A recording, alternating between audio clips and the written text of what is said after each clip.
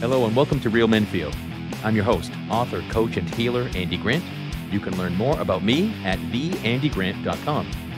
Real Men Feel reminds men that they are human beings and have the right to experience and express all of their emotions.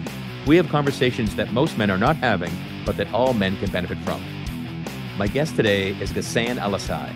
Ghassan is an actor and filmmaker in Toronto who recently reached out to me. He wanted to work on his fears and insecurities when it came to approaching women. He ended up hiring a dating coach who had him approach a number of women on the streets. On one occasion, a police officer saw him talking to a woman while another man was lurking nearby, and he thought something must be up.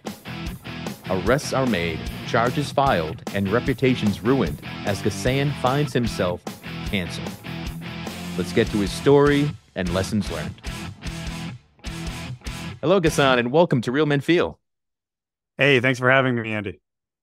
You actually emailed me the beginning of August, and I've got it right here. So let's see. You said, I've been through a roller coaster journey faced with false legal accusations, public scrutiny, and accepting my mistakes while trying to become a better man. And you ended up saying, but I would love to sit down and chat with you about how my legal and personal challenges have allowed me to have a fresh perspective on how men need to be brave when they use their masculinity. So that's how you landed here. Yeah. Before we dive into what's happened, what makes you want to share your story publicly? I think it's very timely. When this happened, the first thing I thought about, well, after all the trauma and emotions, first thing I thought about was how many other men are going through similar struggles and frustrations right now and confusions. And the problem that I've seen, especially in my personal life, is friends going on to some of the darker sides of masculinity because of their frustrations. And I know that's really bred from the confusion that's out there. So I really wanted to share my story as a way for other people who are just as confused to take a look at this before they go into something that might be a little bit more dark. Okay. So tell me about your life before the roller coaster. Yeah, for sure. So before the roller coaster, I'm an actor, I'm a filmmaker. I've been in the industry for the past 10 years here in Toronto. I've lived a very social life as far as anyone can tell. So I'm very extroverted. Whenever my friends used to say, whenever they put me into a party, it's like, oh, we don't have to worry about him. He can go and have a great time and we don't have to stay near him. So I knew this about myself, but one of the things that I started taking a look at prior to this roller coaster is I was at a fork in the road where I could continue working on more creative in my life and really just bunker down and stay in my room and really just write every single night. Or I could really take this moment to develop myself, because one of the things that I started realizing over my life is I had these moments where I had an opportunity to connect with someone, whether it's somebody that I knew or somebody that I wanted to get to know. And I was allowing fear to stop me. And it was a fear of one, rejection, and then number two, being vulnerable with someone. So when I took a look at this as a whole, I started realizing I'm not really living an honest life. I was going from point A to point B throughout my day and running into people that I wanted to talk to and not really socializing. Part of that was also women as well. Is I'm living in Toronto. I see attractive women all the time. And I was always like, how do I just go up and say hi? And is it okay for me to say hi? And there were so many moments where the opportunity was there. Things were getting kind of warm and I still didn't go for it. And it was, again, sense of rejection that just kept coming in there. So I decided to, before anything, jump into therapy to really understand these fears and really try to understand myself a little bit more before I start trying to understand other people. So when you speak about being social and being an extrovert, was it more just of a surface level? You weren't making deep connections. You weren't really opening up. Yeah. So I wasn't really opening up with some of you people I thought were close friends. which was kind of weird to me. But then also in moments when I would just try to, when I was just by myself, I wouldn't go out of my way to start a conversation with someone. I would never initiate a conversation with somebody out in the wild. And it's funny to me saying this because any friends who probably hear this are confused as all hell because they see me and they're like, "You're the most extroverted person I know. How do you have this problem?" But that's something that I wanted to explore with therapy. And how did therapy go for you? It was great. So when I went into therapy, the very first thing I did was tell my therapist what I was there to work on specifically. I told them I had a fear of intimacy with women. I had a bit of shame around sex, had a fear of being vulnerable and fear of rejection. And I wanted to create a two-pronged approach to this. One where I wanted to analyze myself, so really dig deep into where these things come from. But then number two, I set up my own social plan of what I wanted to do to get more connected with the world and really live my most authentic life. And I wanted to let my therapist know what I was planning ahead of time. So I would say, challenge this week, ask 5 people for the time or ask them for directions. Very simple task. What are the emotions that come through? So I would let him know that's the task.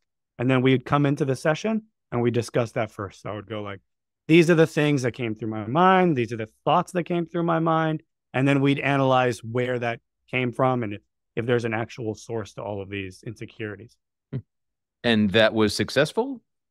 The second part of that question or answer is there was some success to that. So I was able to dig deep with my therapist and find the roots to some of the causes, or I guess the thoughts and feelings. But where I ran into more problems is I started overthinking things a little too hard. And it kind of became this feedback loop of trying something, thinking about the thoughts that come up, bringing it to therapy, and then just kind of getting in a cycle where I'm overthinking every single thing I was doing instead of just existing. Yeah, that's sounds kind of surprising to me because you did make all these social experiments for yourself. So it seemed like you're really a man of action, but then even with all this action, you still got trapped just kind of ruminating on everything. Is that the scenario? Yeah, 100%.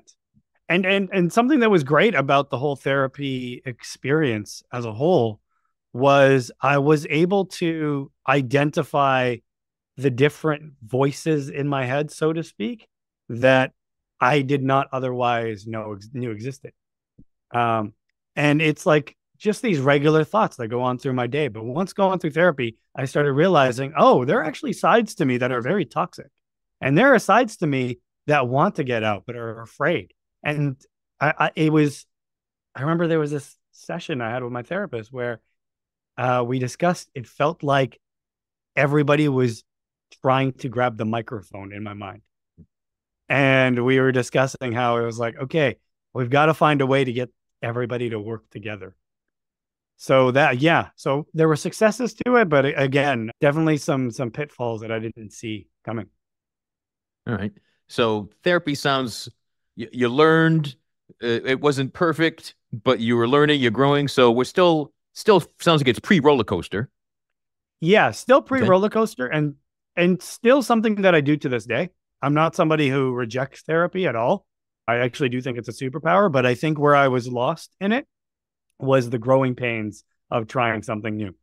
And I was equating that with my own failures as opposed to, failures of the process as opposed to just a transitional moment. So what came next?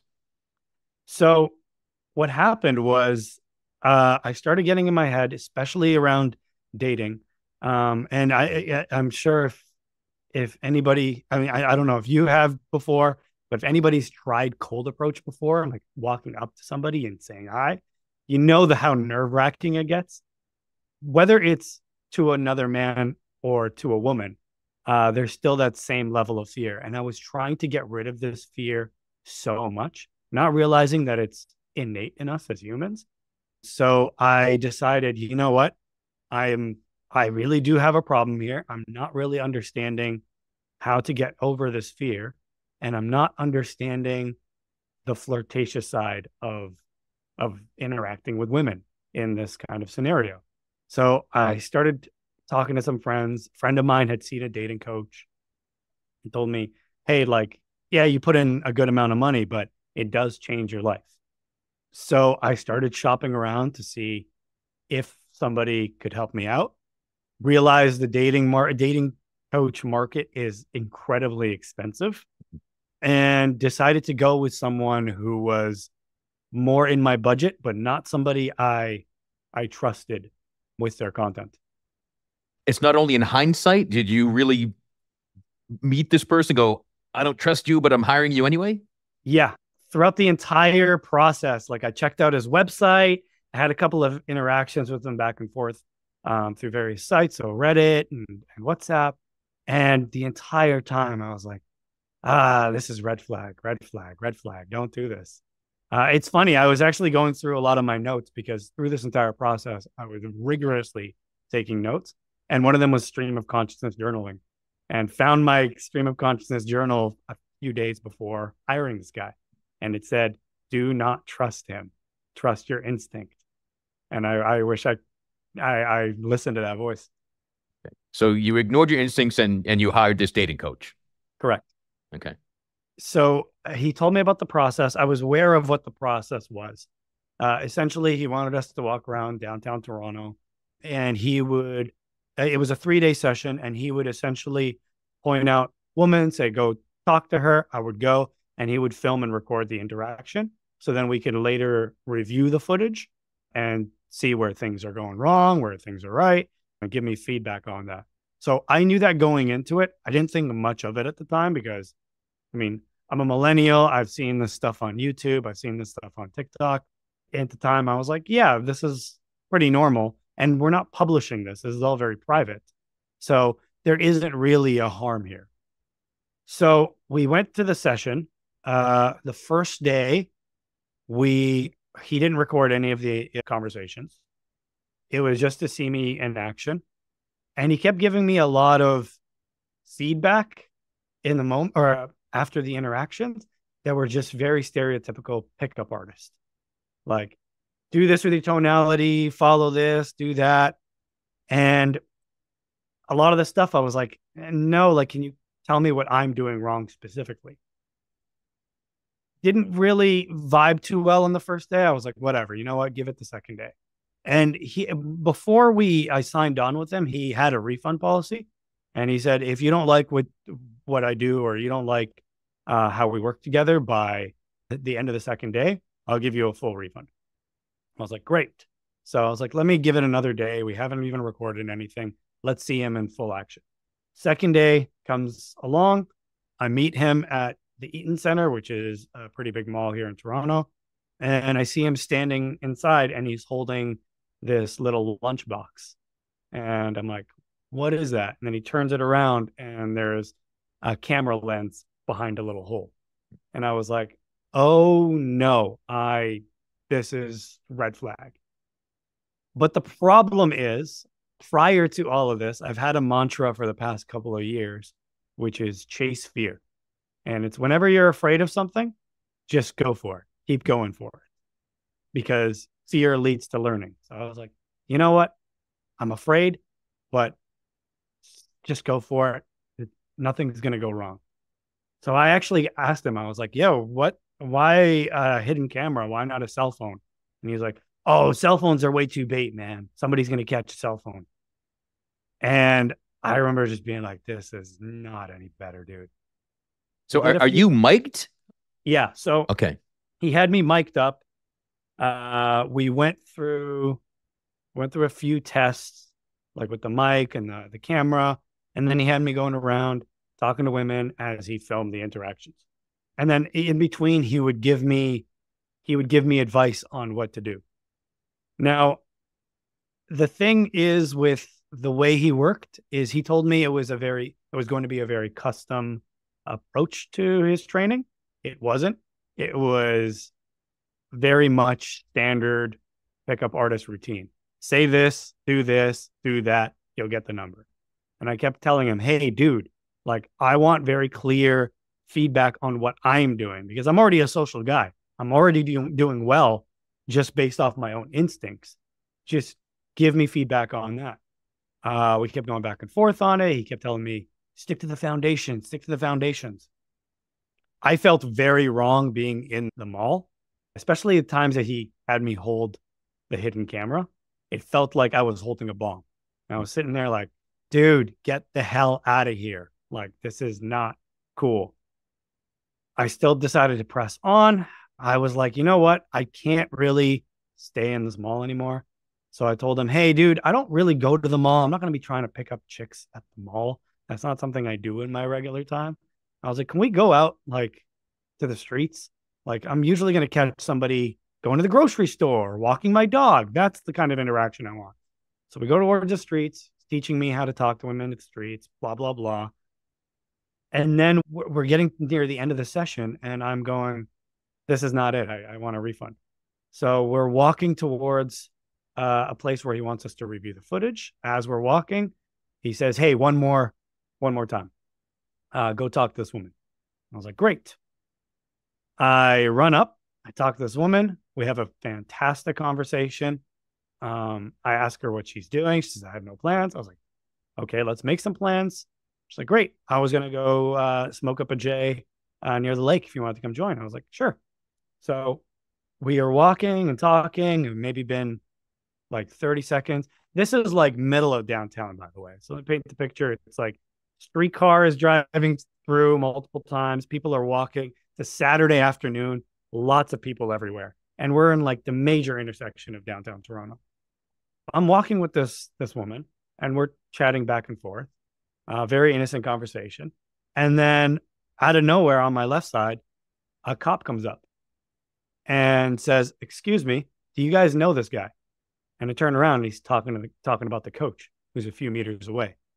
And I panic and I go, no, I don't. She's like, what? He's like, why are you filming her? And I don't have an answer. He doesn't give me a chance to respond. He's like, hey, get over here. Puts me towards the coach. The cop is trying to investigate what's going on, trying to figure out like what we're doing, but he's not asking us any questions. He's asking everyone around questions, asking the woman, asking some witnesses who saw me approach her. And then the cop comes up to me, asks me how I know the guy. I tell him that man is teaching me how to talk to women. We were recording the conversation for educational purposes. The cop disappears, comes back, and then says, okay, get up. I'm arresting you for voyeurism for a sexual intent or sexual purpose. So and who was carrying the camera during the interaction with the woman? that was the coach. So he's behind you with a camera. Yeah. And is he arrested as well? You're both arrested? So we're both arrested. The entire time during the arrest, I'm staying quiet. I'm like, don't incriminate yourself further. I don't know what the situation is. I have no idea what's going on. I kept thinking like voyeurism for sexual purposes. Okay, so we're recording a conversation.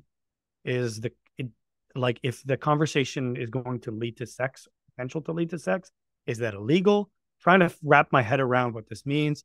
Spend the night in jail, get a release order, and then a week later, actually about 2 weeks later, like 10 days later, I see my face on the news. Actually, one of my friends had hit me up, one of my best friends, and said, hey, I imagine you're on the news. And I was like, what? Google my name, see all these articles saying that we were filming upskirt footage in downtown Toronto. And this is the first time I've heard of us, like the allegation that we were filming upskirt footage. So I freak the hell out. I like cry to my friend. I'm like screaming. And just super heightened situation. And that's where the roller coaster begins in my life. So you spent the night in jail. No one's talking about upskirt. Like what made the media run with this 10 days after the fact? Yeah, so that's what we're trying to figure out right now. Oh. From what I understand, and I could be very wrong about this, but when the police charge somebody with something, it needs to go to the press. They typically have a few days to look at the evidence and then decide if they want to put out a press release. In this case, they sat with the evidence for a week and then decided we're going to put out a press release, even though the footage in the video never had any upskirt footage. And the charges have been withdrawn since then. So we know there's no evidence for both myself and I believe the coach as well. I did see something online that his charges were dropped as well. So there was no upskirt footage to be had. This was just a situation where the police officer was well-intentioned, but overly zealous with his policing. So how long from you're arrested to charges are dropped? Oh, man. About 8 months. Oh, so all right. So not like 10 days it's in the news and then a week later they drop the charges. This is months. Okay. No. And also it happened at a very interesting time in Toronto where the court system has been backlogged in general around the world due to COVID. But in Toronto, they recently closed down 5 courthouses to amalgamate them into one giant courthouse, but didn't properly staff that courthouse. So everything is very, very backlogged. So this case that should have been out in a couple of months lasted the full 8 months. But it never went to court. Never went to court. Just stayed in trial, and eventually the charges were withdrawn because we just had overwhelming evidence that things that I wasn't filming any kind of upskirt footage. Right. So do you have any idea, like, what did someone around say? Did other people suspect that was happening and were watching you two, you and the coach working all day or something? Like what? No. So it really just was a situation where while we were talking to that last woman, a cop was supervising a construction site and had seen us in the distance. And what we're trying to figure out now is why he jumped to the conclusion of upskirt footage. Because the coach, like as a filmmaker, I know cameras very well. The coach's camera was a small Canon camcorder inside of a lunchbox. The woman, if I remember correctly, had a very long skirt. I remember it being like up to her knees. And it wasn't a flowy kind of skirt. It was a pretty tight skirt. So in order for him to get something similar to upskirt, he would have had to have been directly behind us. And when the police officer stopped us, the coach was a few meters away. So there is no way that he would have been filming upskirt because he would have stopped us both and said something. So I'm not familiar with the charge of voyeurism for a sexual purpose. Had you heard of that before? I did not hear about that at all. I had no idea what that was. All right. So, I'd always heard of voyeuristic filmmaking. Like I've heard the term from some cinematographers that I've worked with in the past who've always said like, oh yeah, like this is like from a distance and it's kind of like hidden. That's what I thought it was. I thought voyeurism just referred to hidden camera. For a sexual purpose. Again, that part confused me because I was like, does that mean that we're going to have sex later? Is that the problem? I don't understand where this is going.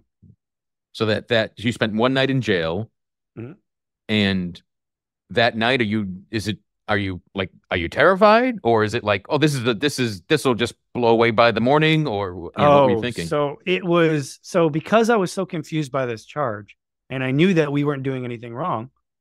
When I was in the cell, I was thinking, okay, come on, like voyeurism, sex, like this is like a misdemeanor, probably. Like we're filming a conversation, so what? And I just kept kind of pacing back and forth to myself, thinking, this has got to be nothing.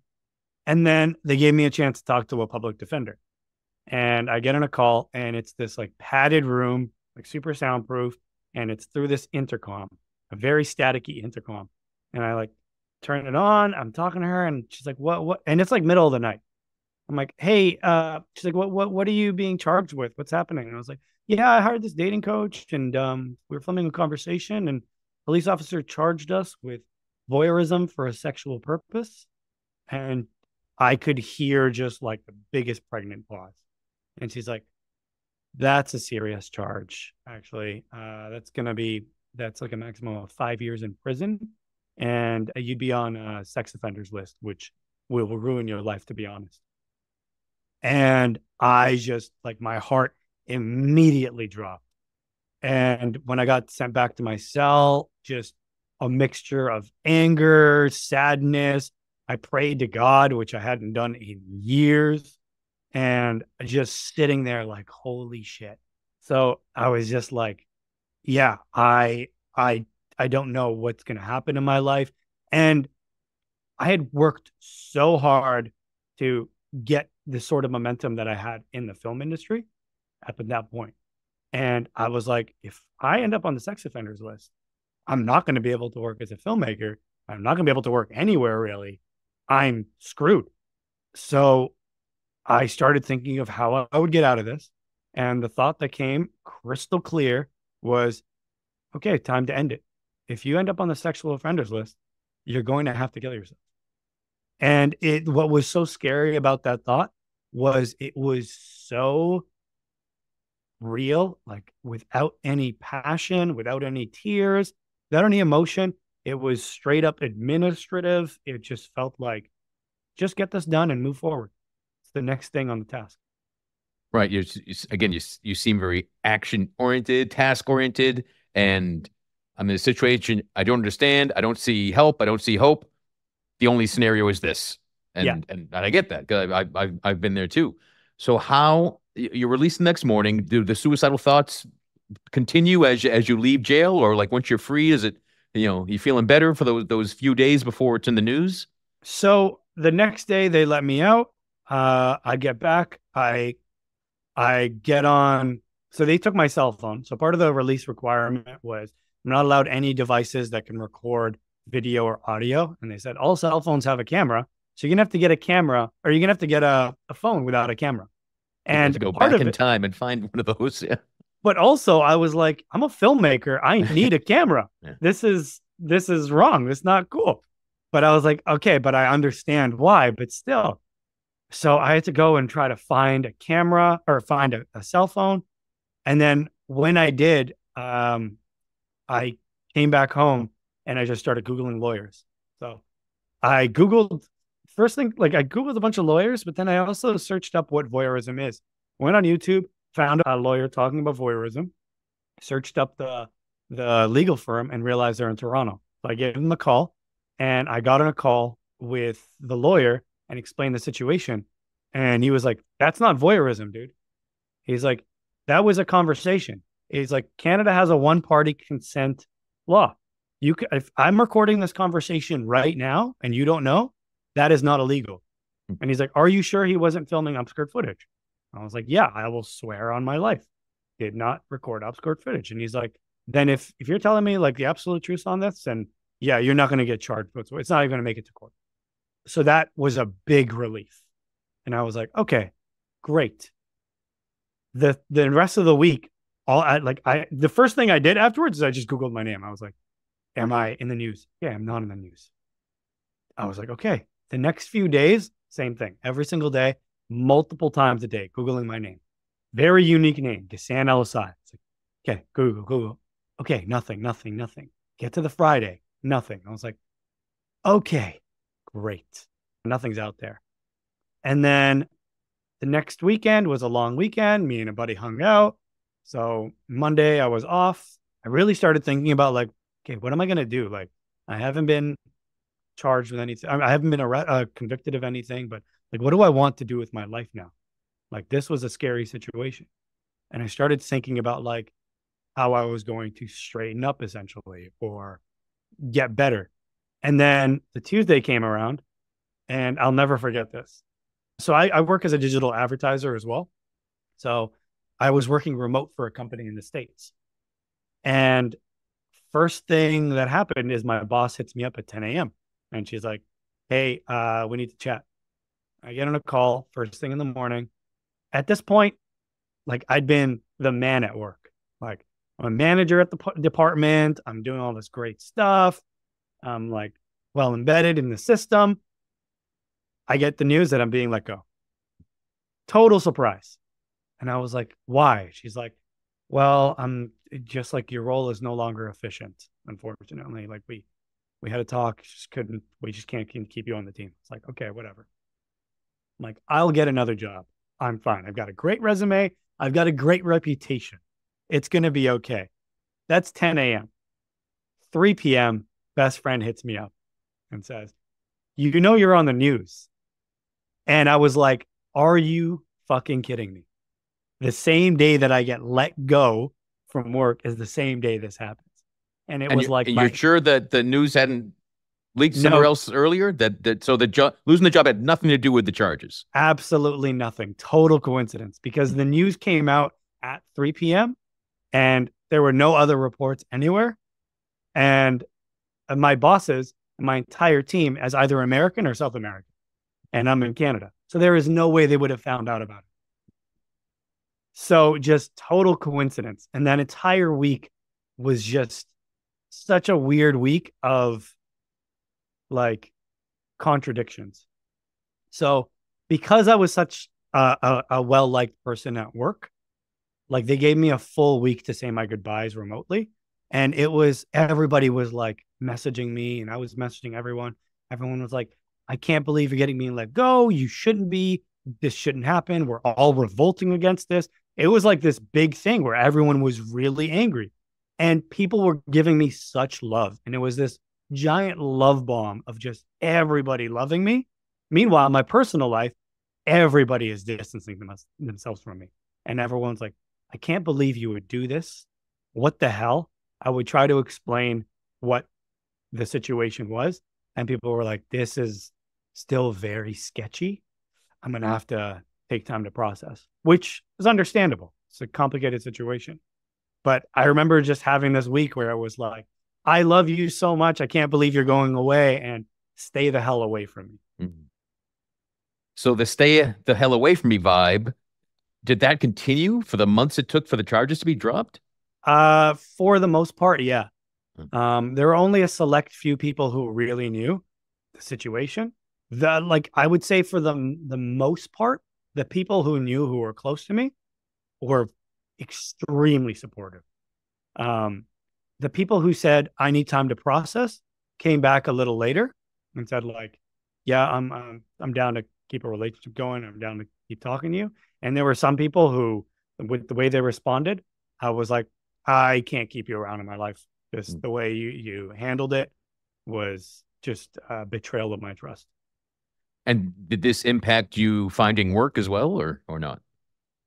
So that's the interesting thing. It did and it didn't. So it stopped me from working as an actor for the duration. I called my agents immediately and I explained to them, hey, I'm on the news and it's really sketchy, but I didn't do it. And because I have a good rapport and good relationship with my agents, they immediately supported me and they're like, no, no, we understand. We'll still keep you around. Just keep us updated on the situation and let us know when things are dropped. So because of that, they were also telling me like, you can't audition because if you book something, there's a morality clause in all the contracts and we'll need to be upfront about any kind of legal issues that you have. So could not audition. All the work that I was doing as a filmmaker completely paused. And because I was looking for work, I was avoiding companies in Toronto because I was like, I don't want anybody to Google my name in Toronto. I ended up finding work through American companies. And the interesting thing is, because I'm in the industry, I go by Sam Alesayi as an actor and a filmmaker. So if you type in Sam Alesayi, completely untouched by the story. Ghasan Alesayi, on the other hand, totally tainted. So it's one of those situations that's funny to me in a weird, twisted way where it's like my birth name is stained, but my fake name is totally fine. It's squeaky clean. So you seem in a good space about all this now, but like how rough were those months of having friends not believe you, or at least not sure about you, or and all that sort of stuff? Yeah, terrible. I would say the first 2 months were high. Like I learned that trauma is not a linear path to salvation. Like it's a very much of a roller coaster ride. And it was so many sleepless nights and so many nights of me like treating myself like shit and telling myself, you are a piece of shit. Like, you deserve this. And then other times where I was like, okay, no, like, you got to build yourself back up. And it was also the hard part about it was going outside. I mean, when your face is on the news, and I live in a pretty happening neighborhood in Toronto, so people saw the image. I was kicked out of bars. I had people giving me dirty looks on the streets. My neighbors gave me dirty looks. So it was this situation where I was like, I don't want to be outside.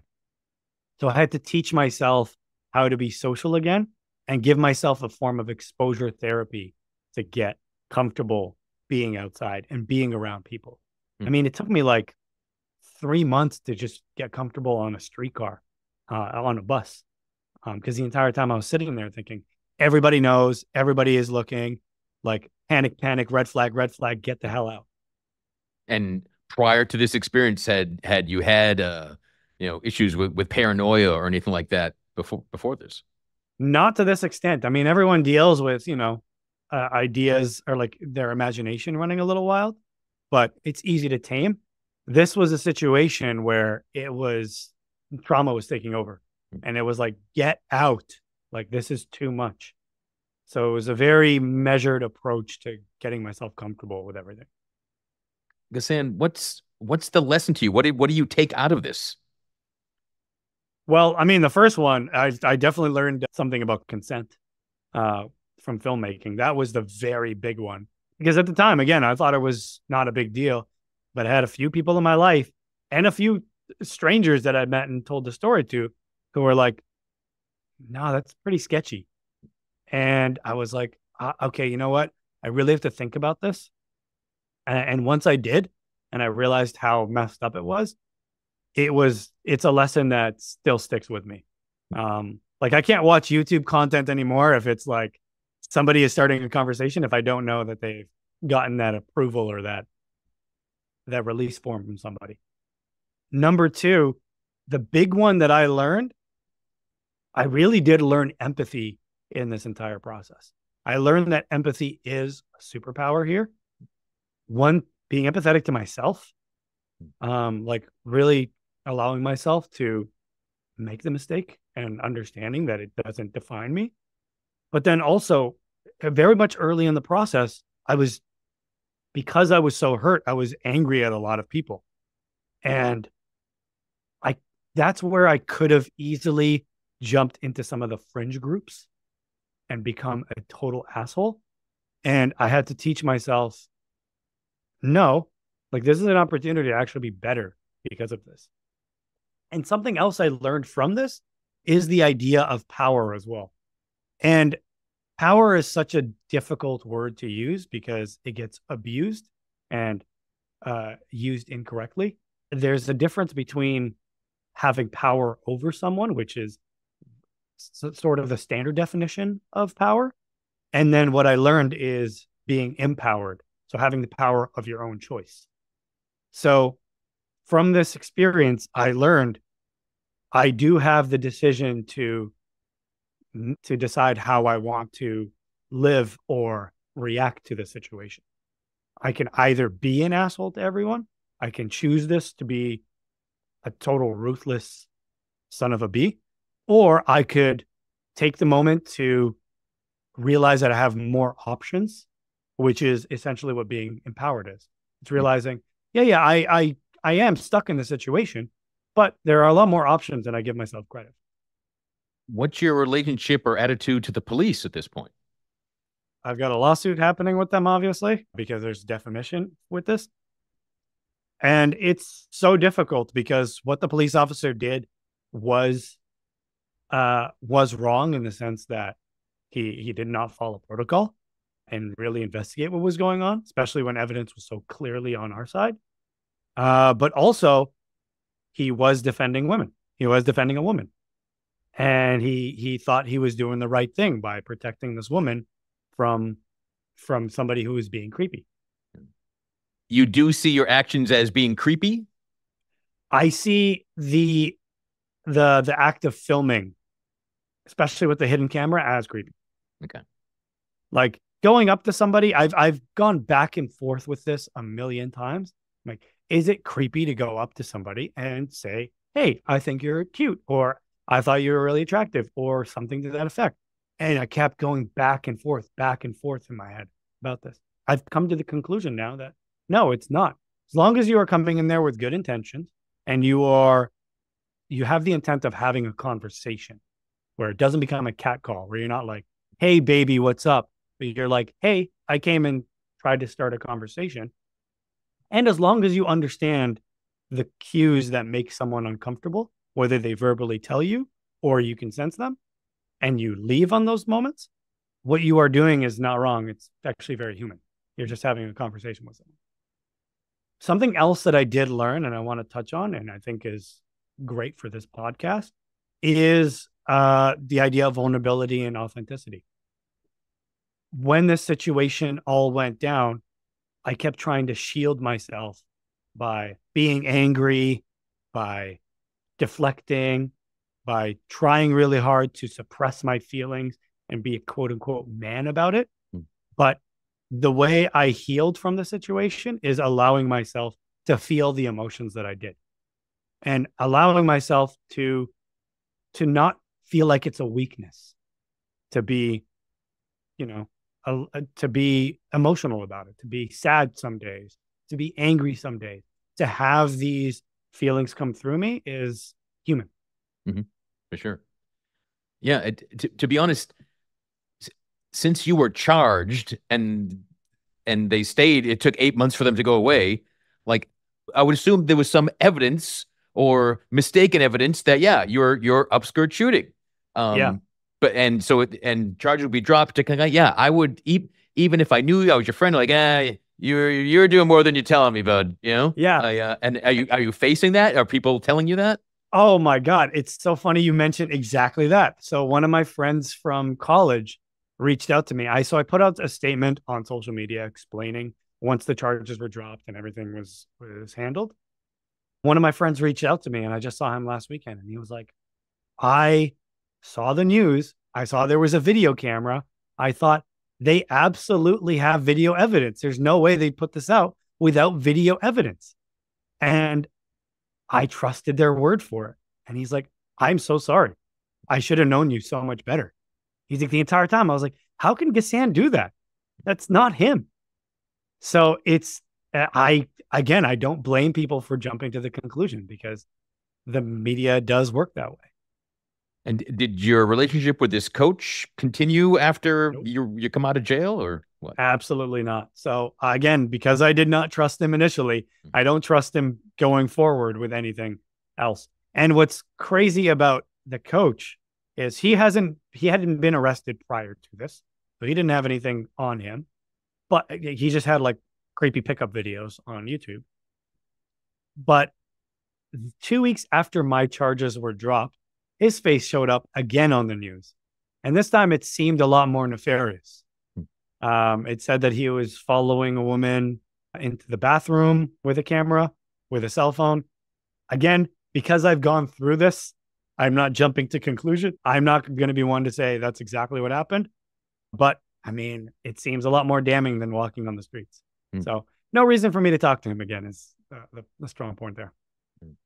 So how long ago? When was the arrest? What year are we talking about? 2023. So the arrest was July 29th, 2023. The news came out August 8th, 2023. And my statement came out August 12th, 2024. So And this is me finally going out with the story. how's the world treating you now? Do you still think some people looking at you with the news from a year ago in their head, or Yeah. I guess you might never know too when people are looking at you. So I've let things live as they are. I mean, if somebody thinks they know the story, I mean, let them think unless they bring it up. The world has gotten a lot easier for me. I've gotten so much better at socializing. I'm still getting more comfortable with expressing intent and talking to women that I'm interested in throughout the day. That's something that's never going to change. I feel like that's very much human, but I'm working on a day in, day out. What I will say is there was a moment where I was like, everything is okay. Like we're finally free from the situation. And it was like a couple months ago where I was like, everyone's probably forgot by now. And then a friend of mine at the dog park that I hang out with, she's a bit of an older woman. She knows the story. And one day she came up to me and she's like, "Hey, are you going to tell anybody about this story?" And I was like, "I'm planning on it." She's like, "Well, I would probably say something because somebody approached me and told me, 'Hey, do you know that guy?'" So I was like, "Oh, okay. So the news is still out there." Yeah, and again, I get it. That makes sense, and that's the human condition too. It's Warning people. the news that the charge is news. Charges being dropped isn't as big as news, so people Yes. remember. Oh, the only reason I know that guy is because of this, and Yeah. And also because I have such a unique hair, it's very easy to spot me. So part of what we're doing right now, because I'm a filmmaker, is we are making a documentary around this. I am just a producer and the subject in this documentary. One of my good friends who is a documentarian is directing this. And we call the documentary Uncanceled. And it's the process of rebuilding the name and going through how you get back your name and all of this. Yeah, part of what we are doing with this is showing how difficult it is to clear the name online. And also, like, what is this idea of being, quote unquote, canceled? yeah, your reputation is probably permanently tarnished. Yeah. Yeah. And part of it is going back to the whole idea of power is I could go the route of trying to cover it up and take down every single article and all of that. But this situation no longer shames me. I'm not afraid to speak on it and speak about my learnings from it. So I am empowering myself to go out and really get ahead of this and go, no, you have the news out there, but let me tell you the real story of what went down. Yeah, it's still pretty messed up, but there is a side to this. So, Ghassan, what's the best way for people to learn about what we're up to and stay in touch through the process of Uncanceled and everything you're up to? Yeah, I'm working on this documentary, Uncanceled. It should be released sometime in October, mid-October. We are going to release it online. If you want to stay up to date, you can check me out on Medium, is where I posted my original article of this story and where I'm going to be continuing to post more content. Awesome. Well, I appreciate you getting through that experience and sharing it. And I wish you good luck with the documentary and getting more work and rebuilding yourself to some extent. It's hard to believe that you ever had a problem being open and vulnerable and authentic, because that's all I get from you. Yeah, I know. Again, it's what people usually see. And it's so funny to me because I have these, and this is why I went through the journey, is I had all these skills. I knew I could do this, especially as an actor and a filmmaker. It's like, why can't I do this with somebody I'm really interested in or somebody I'm really trying to get close to? So, definitely a journey, man. Yep. And it never stops. So good luck with the rest of the journey. I hope the roller coasters are smoothing out now and you get more enjoyable rides of your choosing. And Cool. And thanks everyone for joining us today. Please visit realmenfeel.org. There'll be a blog post for this episode with all the show notes. We'll have links to everything mentioned, and you can check out the original article that Ghassan mentioned. And wherever you're discovering Real Men Feel, subscribe, follow, like, share this with someone else, post a review or a comment. If you know that you are meant for more and you're not living it, consider booking a clarity call with me. That's a free conversation. theandygrant.com/talk. You can always reach out to me at realmenfeel@gmail.com. And until next time, be good to yourself.